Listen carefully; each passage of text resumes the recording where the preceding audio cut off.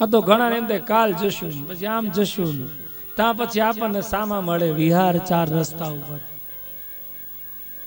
છઠ્ઠા દિવસે હવારે કથા પૂરી થઈ ગઈ. 5 જ દિનની હતી. આમ પાછા કરે 5 જ દિનની હતી. 5 દિનની હતી પૂરી થઈ ગઈ.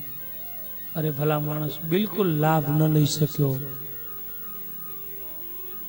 તું લઈ ન શક્યો એમ નથી. સકલ પદાર્થ હે જગમાહી ભાગ્ય વિના નર પાવત નહીં. તારી કઈક ભક્તિમાં એવી ઉણપ હતી કે દાદાએ 5 દી સુધી તને આ ભૂમિ ઉપર પગ જ ન મૂકવા દીધો. તારી ભક્તિમાં ખામી હતી. તારું જીવન એવું છે એટલે તું અહીંયા ન આવ્યો. આ ધર્મસ્થાન છે, ધર્મ કથા છે. સકલ પદાર્થ હે જગ માહી ભાગ્ય વિના નર પાવત નહીં. ભાગ્યમાં હોય ને તો જ પ્રાપ્ત થાય. એ અભાગ્યા તારા ભાગ્યમાં નહોતું એટલે તું ન પામી શક્યો. પછી માણસને પસ્તાવો થાય. 5 દિવસ વયા જાય પછી અવસર આવે એનો લાભ લઈ લેવો. સમય આવે ને એને ગુમાવવો નહીં. વીતેલી ક્ષણ પછી પાછી મળતી નથી. ઘણાની ટેવ એવી હોય કરવાનું હોય નહીં, ન કરે એનાથી અવળું જ કરે. સુંદર મજાનો પ્રસંગ. જનકપુરમાં રામજી પધાર્યા. રામ અને લક્ષ્મણ જનકપુરમાં રસ્તામાં ચાલ્યા જાય તો નાના બાળકો, વૃદ્ધો, વડીલો તમામ રામનું દર્શન કરવા ઘેલા બની ગયા. બધા રામને જુએ છે, રામનું દર્શન કરે છે. એમાં ઝરૂખાવાળું મકાન, સાસુ અને વહુ બંને ઘરમાં, અને રામજીનો જયજયકાર થવા લાગ્યો. એટલે વહુ સાસુને કહેવા લાગી, સાસુમાં સાસુમાં ચાલો રામ આવ્યા છે, એનું દર્શન કરો. રામનું દર્શન કરશો તો તમારું જીવન ધન્ય બની જશે. વહુ છે સાસુને અગાશીમાં લઈ આવી દર્શન કરાવવા માટે, ઝરૂખામાં લઈ આવી. પણ રામની પાછળ રામનું દર્શન કરવા માટે વહુ એટલી ગાંડી ઘેલી બની ગયેલી કે એને કઈ ભાન ન રહ્યું. માથા ઉપરની સાડીનો છેડો નીચે પડી ગયો. રામ આવે છે. આખું અયોધ્યાની દ્રષ્ટિ, આખા જનકપુરની દ્રષ્ટિ રામ ઉપર મંડાઈ ગઈ છે. વહુની દ્રષ્ટિ રામ ઉપર મંડાઈ ગઈ છે. તો સાસુમાં વહુને ઠુંહા મારે છે, ઘડી ઘડી માર્યા. પણ વહુ છે એની દ્રષ્ટિ રામ ઉપર છે. આખા જનકપુરની દ્રષ્ટિ રામ ઉપર છે. પણ સાસુ તો રામ દૂર નીકળી ગયા. પછી વહુએ સાસુમાં સામે જોયું તો સાસુમાં વહુની સામે આમ કતરાઈને જુએ અને વહુને ઠુંહા મારતા.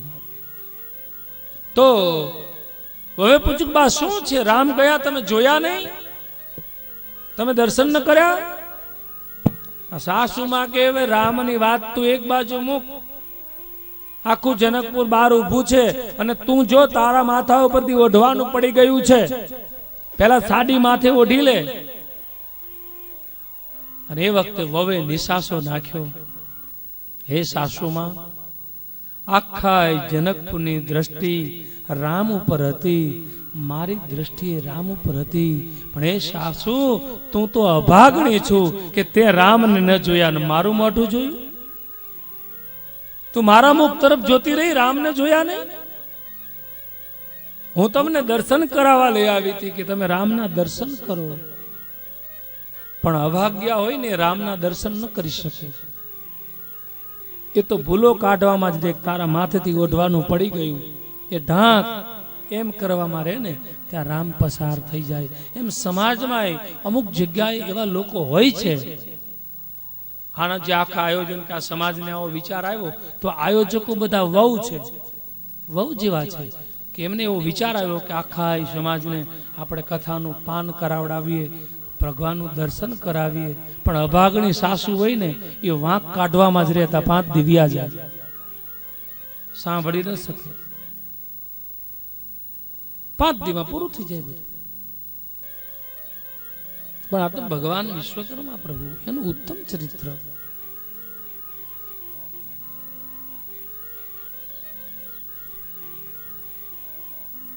વર્ષો વીતી ચૂક્યા, એ દિવસો. અત્યારે 28મો કલિયુગ ચાલે છે. વિશ્વકર્માનું જે પ્રથમ પ્રાગટ્ય છે, સતયુગના 17,28,000 વર્ષ છે. ત્રેતાયુગના 12,96,000 વર્ષ છે. દ્વાપર યુગના 8,64,000 વર્ષ છે. અને કલિયુગના 4,32,000 વર્ષ છે. 4,32,00,000 વર્ષ થાય ને ત્યારે એક મહાયુગ થાય, એક કલ્પ થાય. એને શાસ્ત્રમાં બ્રહ્માનો એક દિવસ કહેવામાં આવે છે.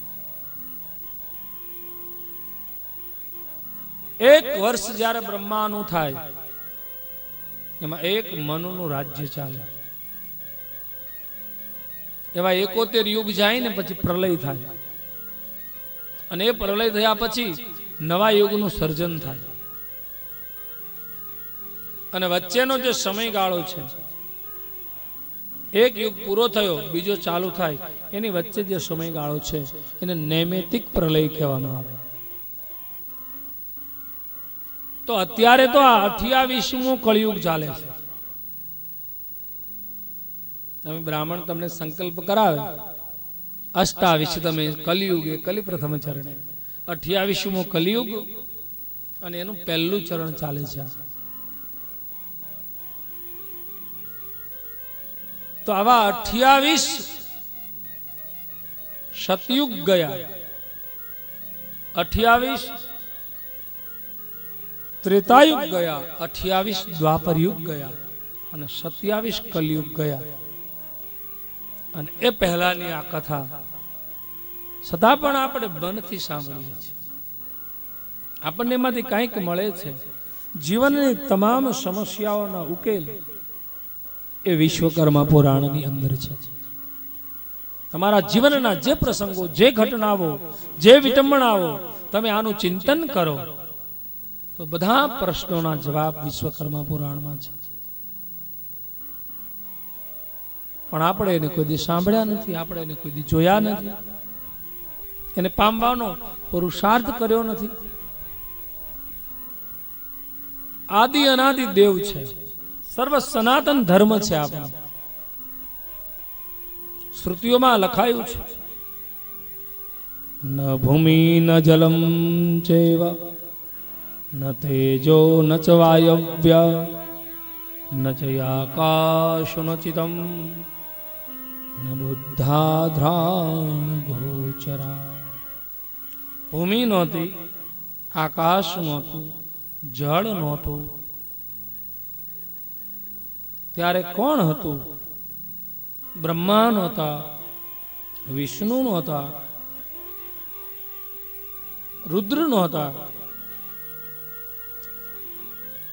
ન ચ બ્રહ્મા ન ચ વિષ્ણુ ન ચ રુદ્ર ન તારક સર્વશૂન્ય નિરાલંબ સ્વયંભૂ વિશ્વકર્મણઃ. જ્યારે કંઈ જ નહોતું ત્યારે વિશ્વકર્મા હતા.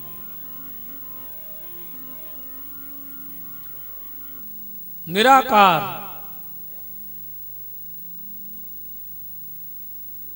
અગાધ જળ રાશિ. ક્ષીરસાગરમાં ભગવાન શેષનારાયણ પડ્યા છે અને ભગવાનને એમ થયું કે હવે કાંઈ કોઈ એવા યુગનો આરંભ કરો. ભગવાનને લીલા કરવાની ઈચ્છા થઈ. ભગવાન પોતે માયાપતિ છે. ભગવાનની આંખો પર યોગ માયા આવી જાય એટલે ભગવાન નિંદ્રાધીન થઈ જાય. માયા તો દરેકને ભૂલવે, પણ ભગવાનની ઈચ્છા શક્તિ થઈ. પોતે માયાપતિ છે, યોગ માયા હત્યા. ભગવાને માયાને આજ્ઞા કરી. સત ચિત્ત અને આનંદ સ્વરૂપ માયાને આજ્ઞા થવાથી માયા હટી ગયા અને ભગવાનના નાભીમાંથી સહસ્ત્ર દળ વાળું એક કમળ પ્રગટ થયું. અને એ કમળ ઉપર રાજસ અને સત્વ ગુણના સહયોગથી ભગવાને એક દેવનું નિર્માણ કર્યું અને એને આપણે બ્રહ્માજી કહીએ છીએ. કમળની દાંડીમાં કમળ ઉપર કમળાસન બનાવીને બ્રહ્માજી બેઠા, ચારે બાજુ જોયું અગાધ જળ રાશિ. બ્રહ્માજીને વિચાર આવ્યો કે હું કોણ છું, હું ક્યાંથી આવ્યો છું અને મારે શું કરવાનું છે. આ બ્રહ્મ એટલે આ જીવ, આ જીવે એ જ વિચારવાનું છે કે હું કોણ છું, હું ક્યાંથી આવ્યો છું અને મારે શું કરવાનું છે. જીવ જો આટલું વિચારી લે ને તો એનું જીવન ધન્ય બની જાય. પણ અહીંયા આવ્યા પછી માણસે કોઈ પુરુષાર્થ કર્યો જ નથી. પશુ સમાન જીવન જીવવા લાગ્યો મનુષ્ય. બ્રહ્માજીને થયું કે હું કોણ છું, ક્યાંથી આવ્યો, મારે શું કરવાનું. બ્રહ્માએ વિચાર કર્યો કે હું કમળ ઉપર બેઠો છું, એ કમળને આ દાંડીનો આધાર છે, તો એ દાંડીને કોઈનો આધાર હશે. તો બ્રહ્માજી એ કમળની દાંડીમાં ગયા, હજારો વર્ષ સુધી ભટકાય, એનો છેડો ન આવ્યો. એમ આ જીવ છે, હજારો વર્ષ સુધી પુનરપી જનનમ પુનરપી મરણમ પુનરપી જનની જઠરે શયનમ. પુનરપી વારંવાર આ જીવ આ જગતમાં આવે છે અને વળી પાછો એની યોનિમાં જાય છે, ફરી વારંવાર આવે છે. કારણ કે એનો છેડો આવતો નથી. કારણ કે એને એનું ચિંતન નથી કર્યું હું કોણ છું, ક્યાંથી આવ્યો, મારે શું કરવાનું છે. હજારો વર્ષ સુધી બ્રહ્મા ભટકી રહ્યા, સદા એનો છેડો ના આવ્યો. એમાં જીવનું એવું છે, હજારો જન્મથી ભટકતો રહે છે પણ એનો મોક્ષ થતો નથી. મોક્ષ ક્યારે થાય? બ્રહ્માજી થાકી ગયા અને થાકીને પછી બેઠા. એ વખતે આકાશવાણી થઈ ગઈ, હે બ્રહ્મદેવ તમે તપ કરો. એમ જીવ જ્યારે મોહ માયાના બંધનથી થાકી જાય અને પોતાનું સર્વસ્વ ઈશ્વરને સમર્પિત કરી દે તો અંતરથી નાદ થાય કે હવે હરિશરણમ ગચ્છામિ. બ્રહ્માજી છે અને તપ કરવાની આજ્ઞા થઈ. અને જ્યારે જીવનમાં તપ કરો, તપ મુદ્રા કેવી છે? પલાઠી વાળી પદ્માસન વાળી દેવું, આંખો બંધ કરી દેવી, અંતર્મુખ થવું. પછી તમને ખબર પડે કે અંદરથી ધબકારો તમને સંભળાય કે તું બહાર ઢૂંઢી રહ્યો છે, એ અંદર બેઠો છું. અંદર બ્રહ્મ છે. આત્મ તત્વને ઓળખવાની વાત છે.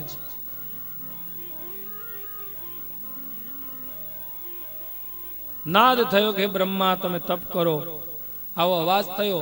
જે જે દિશામાં અવાજ આવ્યા એ દિશામાં બ્રહ્માજીએ પોતાનું મુખ ફેરવું, ચારે દિશામાં જોયું કે અવાજ કઈ બાજુથી આવ્યો, પણ એ ખબર ન પડી બ્રહ્માને. પણ બ્રહ્માએ જે જે દિશામાં પોતાનું મુખ ફેરવ્યું એ દિશામાં બ્રહ્માને એક એક મુખ નવા પ્રગટ થયા. એ બ્રહ્માજી પંચમુખી બન્યા. ચાર મુખો છે. એ ચાર મુખ વેદનો ઘોષ કરવા લાગ્યા, વેદ મંત્ર બોલવા લાગ્યા. હરિ ઓમ સ્વસ્તિ નઃ ઇન્દ્રો વૃધા સ્વાહા સ્વસ્તિ નઃ ઓઘા વિશ્વવેદાઃ સ્વસ્તિ નક્ષારક્ષો અરિષ્ટનેમિ સ્વસ્તિ નમ બૃહસ્પતિ દધાસ્તુ. આ વેદ મંત્ર છે. ચાર મુખ છે વેદ મંત્ર બોલવા લાગ્યા. પણ પાંચમું મુખ જે હતું એ મલિન વાણી બોલવા લાગ્યું. ભગવાન આદિનારાયણને ગમ્યું નહીં. ભગવાને પોતાના સુદર્શન વડે બ્રહ્માજીનું મસ્તક છેદી નાખ્યું. મલિન વાણી પ્રભુને ગમતી નથી. વાણીના ચાર પ્રકાર છે, દેવી ભાગવતમાં બતાવ્યા છે. વૈખરી વાણી,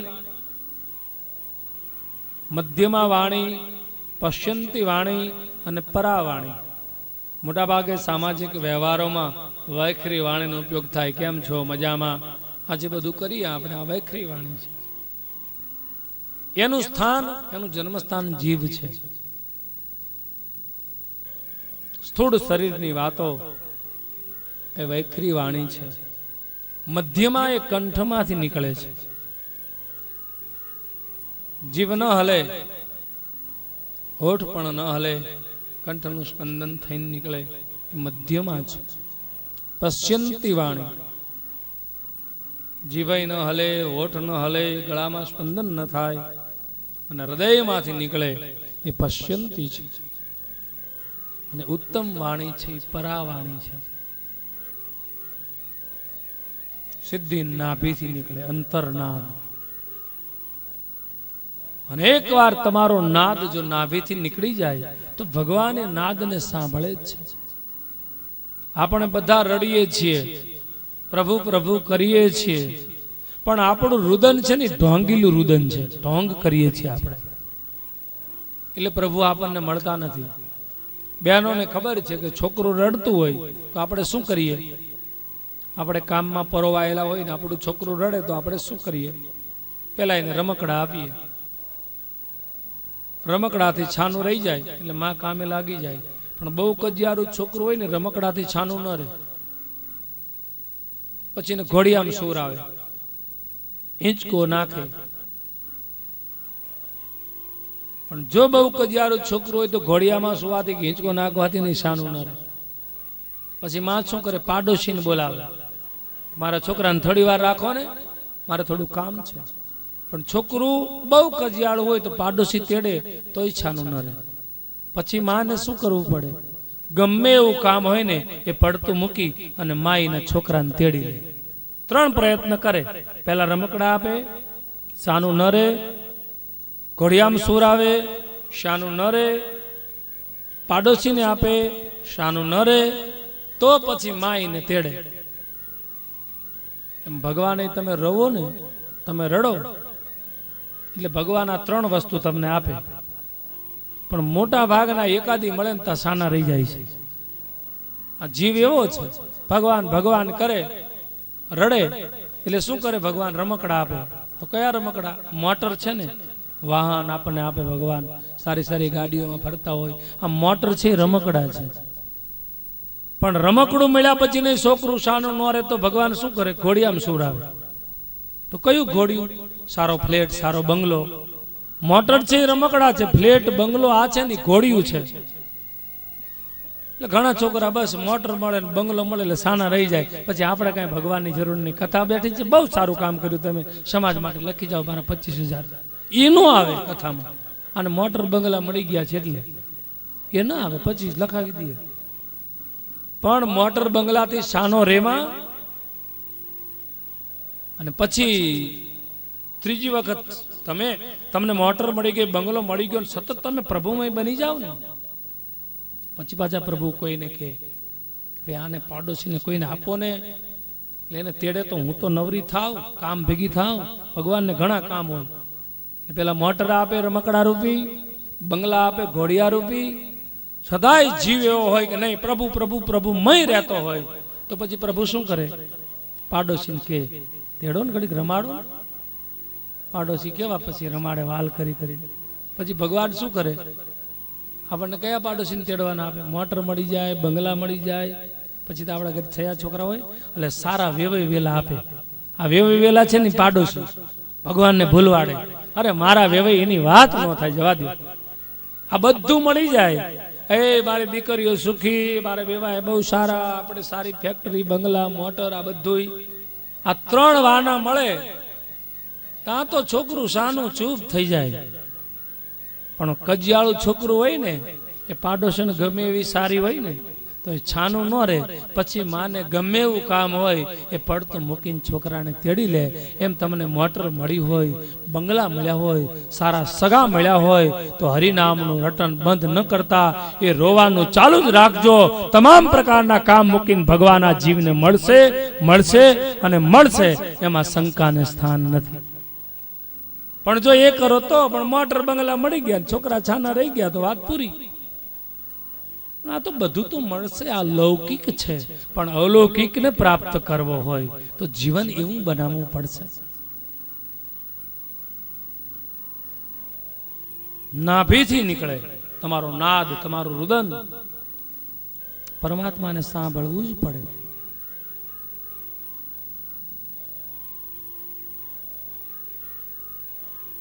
બ્રહ્માજીનું મસ્તક વૈખરી વાણી રડતું એ કપાયું. બ્રહ્માએ તપ કર્યું, વેદની સ્તુતિઓ થઈ, એને આદિનારાયણ દેખાયા. એટલે બ્રહ્માએ કહ્યું કે હે આદિનારાયણ, મારે શું કરવાનું છે? ત્યારે આદિનારાયણ બોલ્યા કે બ્રહ્મા, તમારે જે કરવાનું છે તમારે એકલા નથી કરવાનું. અને એ જ વખતે બ્રહ્માના શરીરથી બ્રહ્માના જેવું જ એક શરીર પ્રગટ થયું. અને એ શરીર એટલે ભગવાન વિરાટ વિશ્વકર્મા. બ્રહ્માથી અંદરથી વિરાટ વિશ્વકર્મા પ્રગટ થયા. અને ભગવાનના આશીર્વાદ તમે સારા વિચારો કરો. બ્રહ્માના બે ભાગ થયા, એટલે એક બ્રહ્મામાંથી બીજા બ્રહ્મા બે ભાગ થયા. એમાં બીજું સ્વરૂપ છે વિરાટ વિશ્વકર્માનું સ્વરૂપ છે. બે ભાગ થવા એટલે બે વિચારો. તમારો વિચાર સારો હોય અને એ વિચારમાં તમને સંમતિ આપવા વાળું કોઈ મળી જાય એટલે માની લેવાનું તમને ઈશ્વર મળ્યા છે. સારો તમારો વિચાર હોય અને એમાં તમને સંમતિ આપે એટલે માની લેવાનું મને ઈશ્વરની પ્રાપ્તિ થઈ છે. બ્રહ્માજીએ કહ્યું તમે કોણ છો?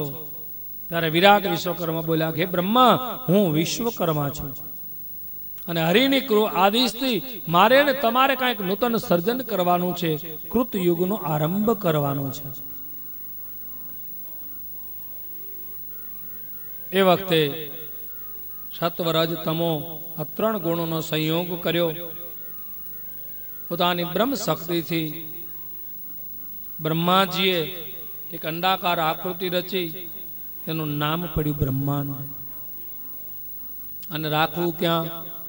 આદિનારાયણ શેષ શૈયામાં વિષ્ણુ પાડ્યા છે, એની ઉપર આદિનારાયણની ઉપર શેષનું મસ્તક છે. બ્રહ્માજીને ભગવાન વિશ્વકર્માએ કહ્યું કે અહીંયા મૂકી દો.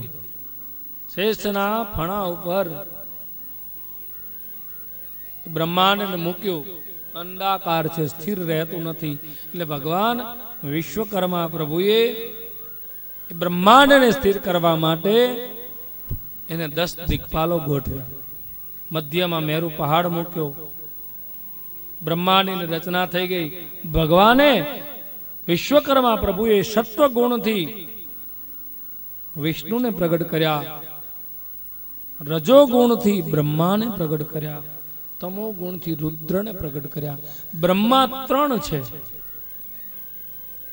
પંચમુખી, ચતુર્મુખી અને ત્રિમુખી. બ્રહ્માના અનેક સ્વરૂપ છે. ઉત્પત્તિ, સ્થિતિ અને સંહાર, આ 3 ભૂમિકાઓ ભગવાન વિશ્વકર્મા પ્રભુએ તૈયાર કરી નાખી. અને ભગવાન વિશ્વકર્મા પ્રભુ જ્યારે બ્રહ્માજી ઘોર અંધકારમાં હતા અને અંદરથી પ્રગટ થયા, બ્રહ્માથી છૂટા પડ્યા, ત્યારે પાણી નથી, પવન નથી, સૂર્ય નથી, ગાઢ અંધકાર છે. એટલે તો આપણે અંધકારની રાતને ભગવાન પ્રગટ થયા.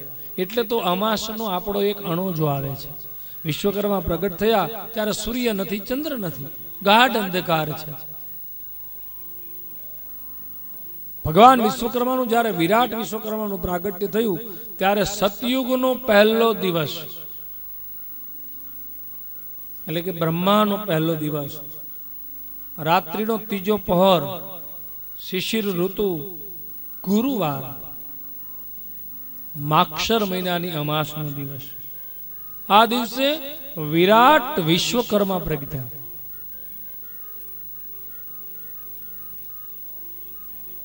બ્રહ્માના શરીરથી 2 ભાગ થયા. એને વિરાટ વિશ્વકર્મા શાસ્ત્રમાં કહેવામાં આવ્યા. અને એટલે તો માક્ષર મહિનાનો મહિમા છે ગીતાજીમાં. માક્ષર મહિનાનો ગીતાજીમાં ભગવાને કહ્યું છે, બૃહત શ્યામ તથા શ્યામ નામ ગાયત્રી છંદ શ્યામહમ. હે અર્જુન, છંદોમાં હું ગાયત્રી છંદ છું. સામવેદની સ્તુતિમાં બૃહત સામ સ્તુતિ છું, છંદોમાં ગાયત્રી છંદ છું, અને માશા નામ માર્ગશીર્ષો અહ, મહિનાઓમાં માક્ષર મહિનો છું. એટલે તો ભગવાને મહિનામાં માક્ષર મહિનાને પોતાનું સ્વરૂપ કહ્યું, કારણ કે એ સ્વરૂપથી જ, એ મહિનાથી આ પ્રથમ સતયુગમાં પ્રથમ સૃષ્ટિની ઉત્પત્તિ થઈ. એટલે માક્ષર મહિનાને ભગવાને પોતાનું સ્વરૂપ કહ્યું. ભગવાન પ્રગટ્યા, ચારે બાજુ અંધકાર, એટલે ભગવાન વિશ્વકર્મા પોતે સૂર્ય રૂપ બન્યા, તેજ બન્યું, દેખાયું ચારે બાજુ. અને પછી તો ભગવાને બ્રહ્માંડના 14 ભાગ કર્યા. જે આખું જે બ્રહ્માંડ શેષના ફણા પર ગોઠવ્યું છે એના 14 ભાગ કર્યા. એમાં 7 ભાગ નીચે અને 7 ભાગ ઉપર. એમાં નીચેના ભાગ છે એને આપણે પાતાલ કહીએ છીએ. 7 પાતાલ છે: અતલ, સુતલ, વિતલ, મહાતલ, તલાતલ, રસાતલ, પાતાલ. અને ઉપર 7 લોક છે: સ્વર્ગલોક, ભૂલોક, ભુવલોક, મહલોક, જનલોક, તપલોક, સત્યલોક. 7 ઉપર ને 7 નીચે. આપણે ભૂલોકમાં છીએ, આપણો નિવાસ ભૂલોકમાં છે. આ 14 ભાગ કર્યા પછી તો ભગવાને અનેક દેવતાઓને પ્રગટ કર્યા: અગ્નિ, ઇન્દ્ર, યમ, નિરુત, વરુણ, વાયુ, કુબેર, ઈશાન, અનંત. આવા અનેક દેવોને પ્રગટ કર્યા. પછી તો બ્રહ્માની આજ્ઞાથી, બ્રહ્માના શરીરથી અનેક ઋષિઓ પ્રગટ થયા. બ્રહ્માની ગોદથી નારદ, અંગૂઠાથી દક્ષ, પ્રાણથી વશિષ્ઠ, ત્વચાથી ભગુ, હાથથી ક્રતુ ઋષિ, નાભિથી પુલ, કાનથી પુલસ્ય, મુખથી અંગીરા, નેત્રથી અત્રિ, મનથી મરીચી. આવા અનેક ઋષિઓને પ્રગટ કર્યા. દેવતાઓ પ્રગટ થયા, ઋષિઓ પ્રગટ થયા, બ્રહ્માંડના 14 વિભાજનો થયા. આવી અનેક પ્રકારની સૃષ્ટિની રચના કરી. પણ આ બધી રચનાઓ એવી હતી કે રચના કરે, અમુક સમય થાય એટલે એનો નાશ થઈ જતો. ફરી પાછું બ્રહ્માજી અને વિશ્વકર્માએ નવી સૃષ્ટિનું સર્જન કરવું પડતું. એટલે ભગવાન વિશ્વકર્મા પ્રભુ કહેવા લાગ્યા કે હે બ્રહ્માજી, આપણે એવું સર્જન કરીએ કે વારે વારે મારે અને તમારે જન્મ ધારણ ન કરવો પડે. આ સર્જન આપોઆપ. અને પછી સર્જન થયું એ મૈથુની સૃષ્ટિનું સર્જન થયું. 24 તત્વો દ્વારા જેનું નિર્માણ થયું. પંચ મહાભૂત, પૃથ્વી, જલ, વાયુ, તેજ, આકાશ. પંચ તન્માત્રા, ગંધ, રસ, શબ્દ, રૂપ અને સ્પર્શ. 4 અંતકરણ, મન, બુદ્ધિ, ચિત્ત અને અહંકાર. અને ત્યાર પછી 10 ઇન્દ્રિયો પ્રગટ થઈ: કાન, ત્વચા, ચક્ષુ, રસના, નાસિકા, વાણી, પાણી, પાદ, ઉદસ્ત અને પાયુ. આવા 24 તત્વો પ્રગટ કર્યા મૈથુની સૃષ્ટિ માટે. આ બધાનો પિંડ બનાવી અને વિશ્વકર્મા પ્રભુએ અનેક જાતના પૂતળાઓ બનાવી બ્રહ્માજીની સામે રાખ્યા. બ્રહ્માજીને અતિ પ્રસન્નતા થઈ. ભગવાને પેલા ગાયનું નિર્માણ કર્યું. ગાય છે પૃથ્વીનું રૂપ છે.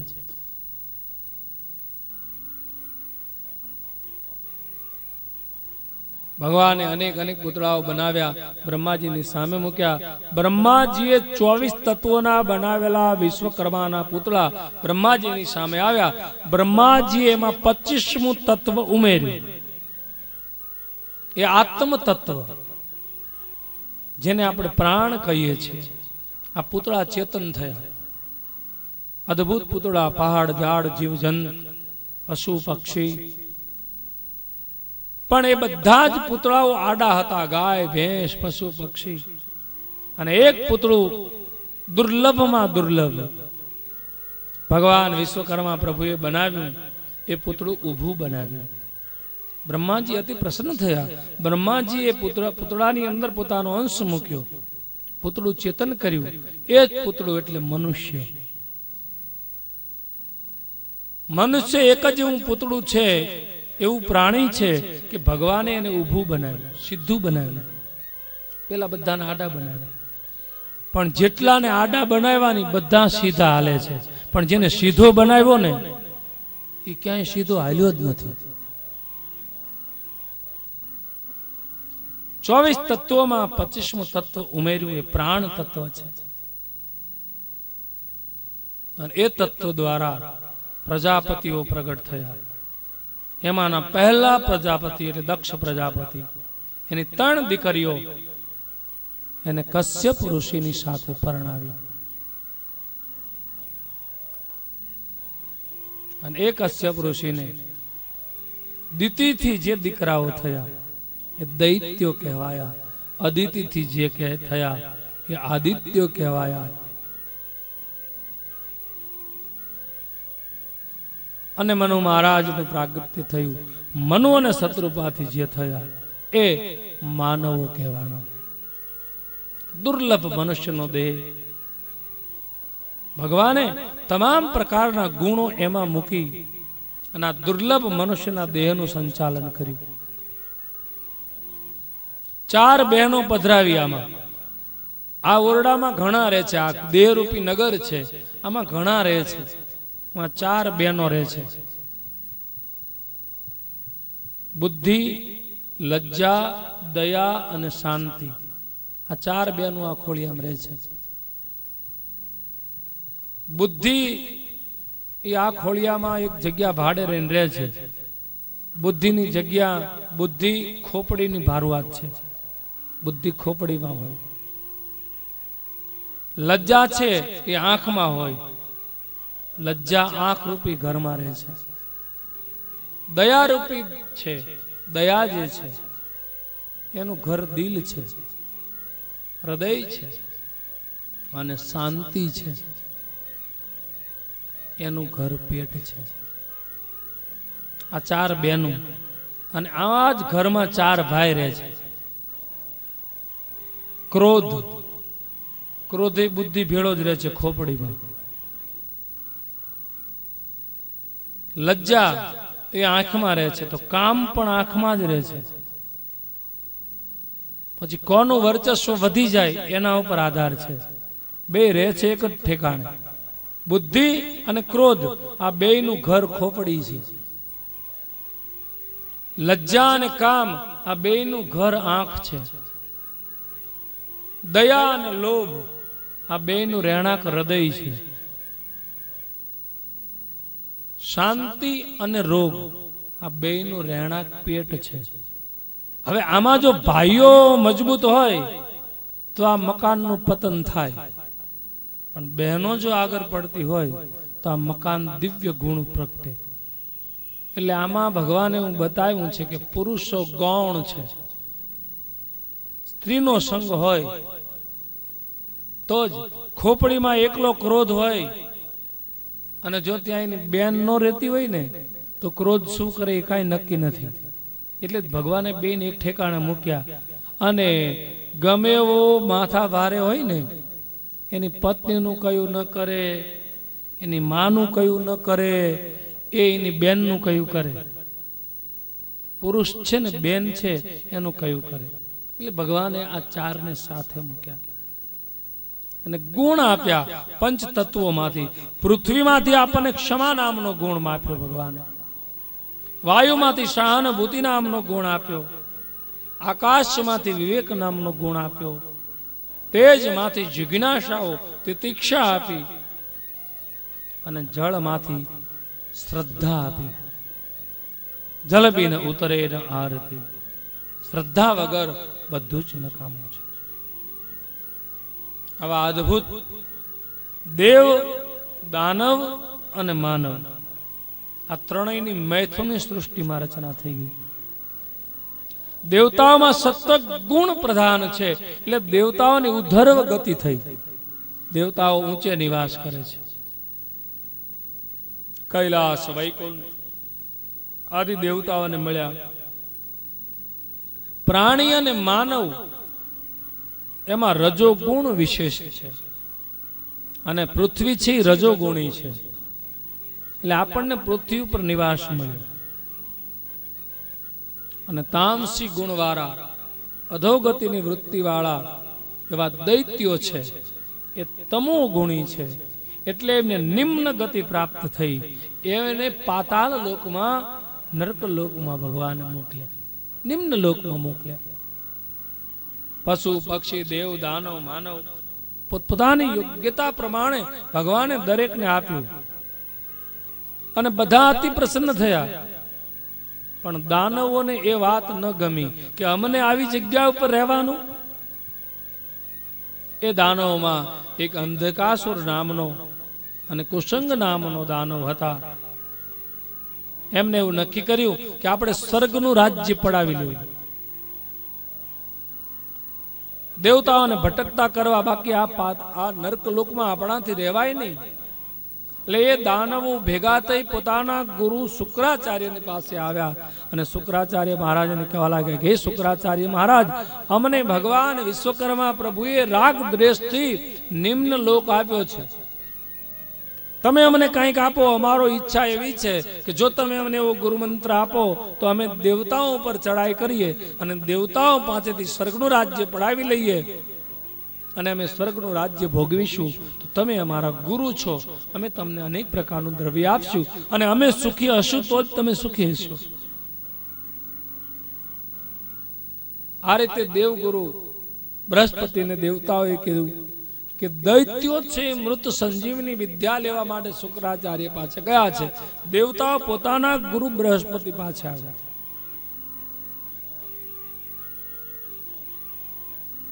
અને જો ગુરુ મજબૂત હોય તો કામ ક્રોધ લોભ મોહ આ દૈત્યો છે તમારા ઉપર પ્રહાર ન કરી શકે.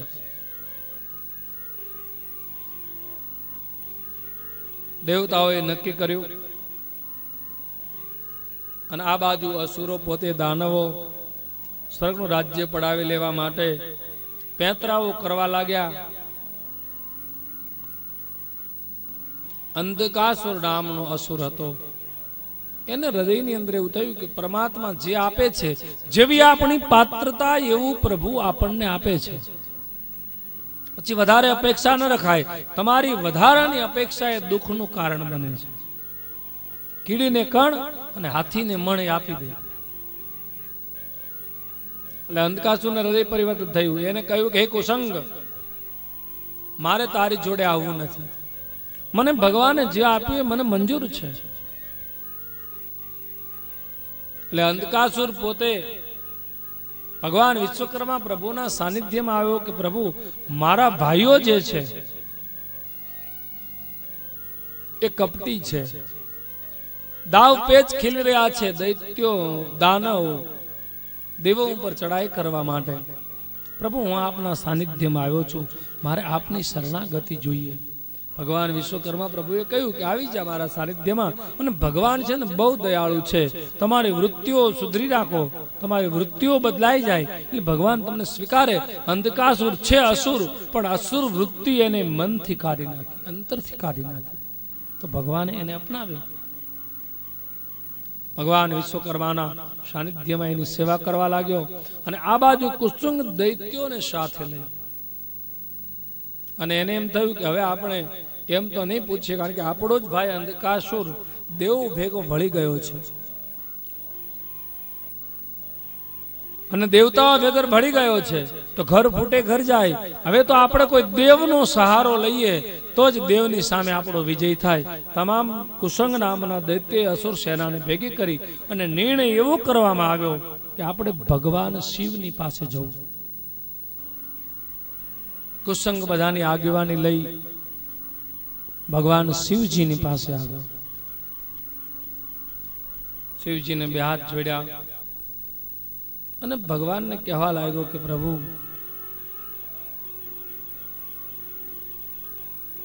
અમે અનેક પ્રકારના સર્જનોને જોયા છે, પણ હે પ્રભુ આપના સાનિધ્યમાં આવ્યો છું. બે હાથ જોડ્યા. મૃત્યુંજય મહાદેવ ત્રાહિ મામ શરણાગત.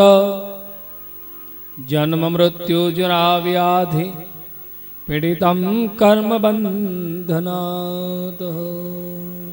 હે પ્રભુ, આપના દર્શન કરીને અમે ધન્ય બન્યા, પણ પ્રભુ કેવી દેવની નગરી છે ને તમારો કૈલાસ કેવું છે, ઉબડ ખાબડ, કોઈ રહેવાની સારી જગ્યા નહીં.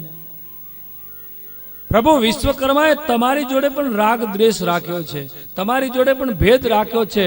વિષ્ણુનું વૈકુંઠ જોવો, બ્રહ્માની બ્રહ્મપુરી જોવો, કેટલા દુર્લભ છે, અને તમારું કૈલાસ કેટલું ઉબડ ખાબડ છે. તમે ભોળા છો પ્રભુ. વિશ્વકર્મા પ્રભુની રાગ દ્વેષની ભાવનાઓ કાન ભંભેરની કરવા લાગ્યા દૈત્યો કે પ્રભુ વિશ્વકર્માએ તમને અન્યાય કર્યો છે ને આપણે બધા સમદુખિયા, તમને અન્યાય થયો એવો અન્યાય મને પણ થયો છે. કુસંગ કહેવા લાગ્યો કે પ્રભુ તમને રહેવા માટે આવું સ્થાન આપ્યું તો અમને રહેવા માટે પણ ખરાબ ઠેકાણું આપ્યું છે પ્રભુ. અને વિશ્વકર્મા હમણાં સર્વસ્વ થતા જાય છે. અમારો અંધકાસુર અસુર હોવા છતાં પણ એમના શરણે ગયો તો ભગવાન વિશ્વકર્મા પ્રભુએ એને પણ દેવલોકમાં સ્થાન આપ્યું. શિવની કાન ભંભેરણી ચાલુ કરી. શિવજીને કુસંગની વાત ઉપર વિશ્વાસ આવી ગયો. શિવજી કહેવા લાગ્યા કે કુસંગ તારી વાત બરાબર છે, અન્યાય કર્યો છે દેવતાઓએ. વિશ્વકર્મા રાગ દ્વેષી બની ગયા છે. શિવ જેવા શિવ પણ અંધકની વાતમાં આવી ગયા અને અંધકે કહ્યું કે હે પ્રભુ, આપ જો અમારી સેનાના સેનાપતિ બની જાઓ અને અમને સહકાર આપો અને અમે સ્વર્ગનું રાજ્ય જીતી લઈએ ને તો પ્રભુ, તો તમારને આ કૈલાસ છોડી અને અમે તમને સ્વર્ગના રાજા બનાવીશું અને અમે તમારી સેવામાં રહીશું. ભગવાન શિવજી પણ ભોળવાઈ ગયા. તો ભોળો છે. શિવજીએ કહ્યું કે હું ચોક્કસ તમારી સાથે છું. અને શિવજીએ નિર્ણય કર્યો કે હું દૈત્યોની સેનાનો સેનાપતિ બનીશ. અને દૈત્યોને કહ્યું કે તમે યુદ્ધની તૈયારી કરો, હું તમારો સેનાપતિ બનીને આવીશ. અને કાલનો કાલ મહાકાલ જો સેનાપતિ બને, દેવતાઓને ખબર પડી, દેવતાઓ મૂંઝાયા. ભગવાન વિશ્વકર્મા પ્રભુની પાછે આવ્યા. પ્રભુ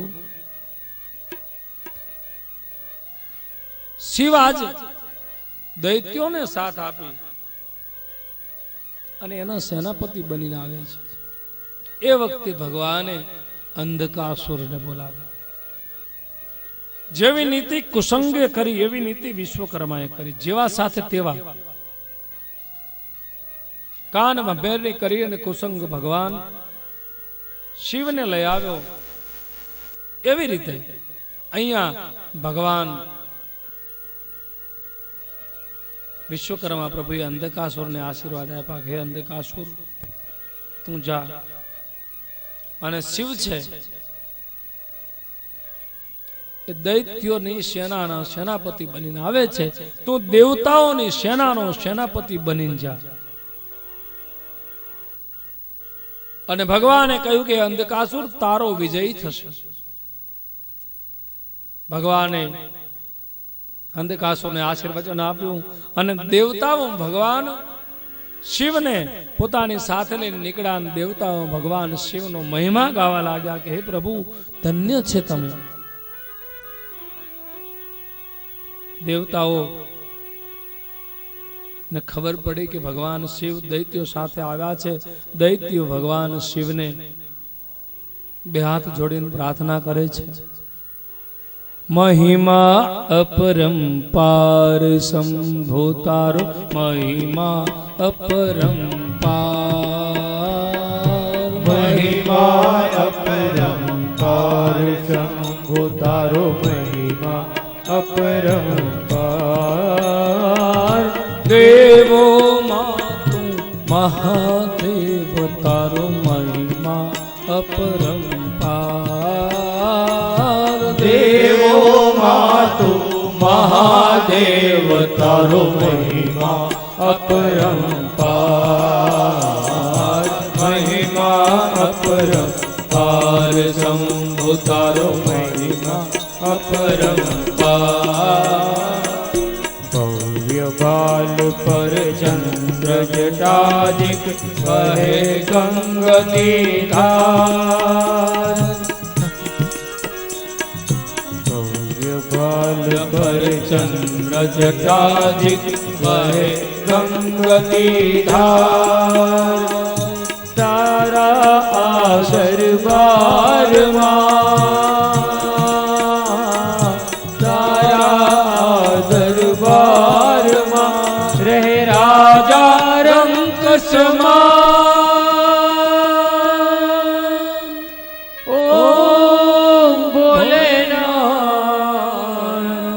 ઓમ ભોલેનાથ